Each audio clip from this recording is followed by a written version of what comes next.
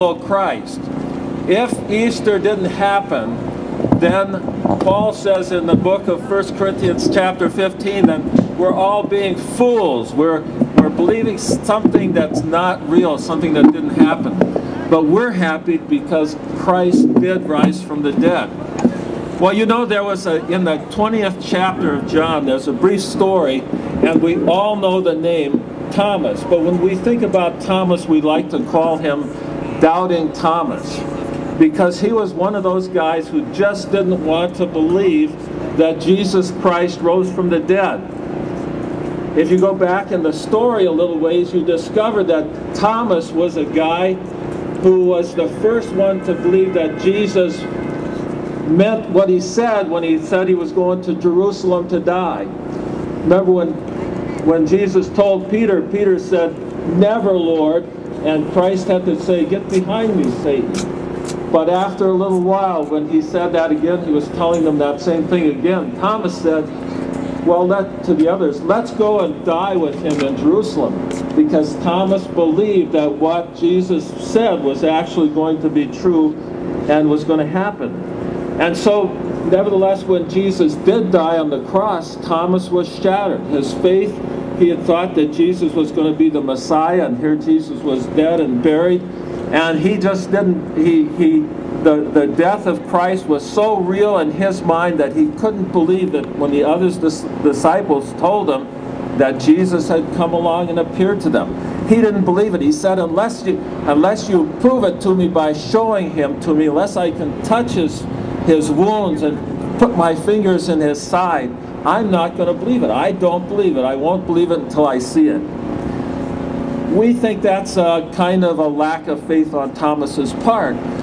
But it really gives us the opportunity in this century to know that there was a cynical guy who was absolutely convinced that Jesus could not have risen from the dead, and that same guy, Jesus appeared to him and convinced him that he was risen from the dead in bodily form.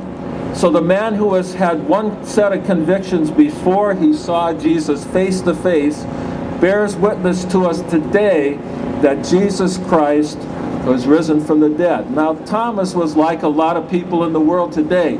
They have strong convictions about stuff that's not true. He believed Jesus couldn't have risen from the dead, but he was wrong. And the fact that he was wrong, he was believing in something that was false. And that falsehood could never save him, no matter how hard he believed in it. So we have people today all over the world who believe in false gods, who believe perhaps there's no life after death, or there's no God at all, or there's this God or that God. And they can believe it very strongly. But unless they believe the truth, it cannot save them. And the truth is, Jesus rose from the dead. So Jesus came back. He appeared to Thomas when Thomas was there with the other disciples, and Thomas fell down at his feet and he said, "My Lord and my God," because God allowed him to see that it was not just a man who rose from the dead, but it was God himself. Then after that, Jesus gave at that time what I call the greatest beatitude.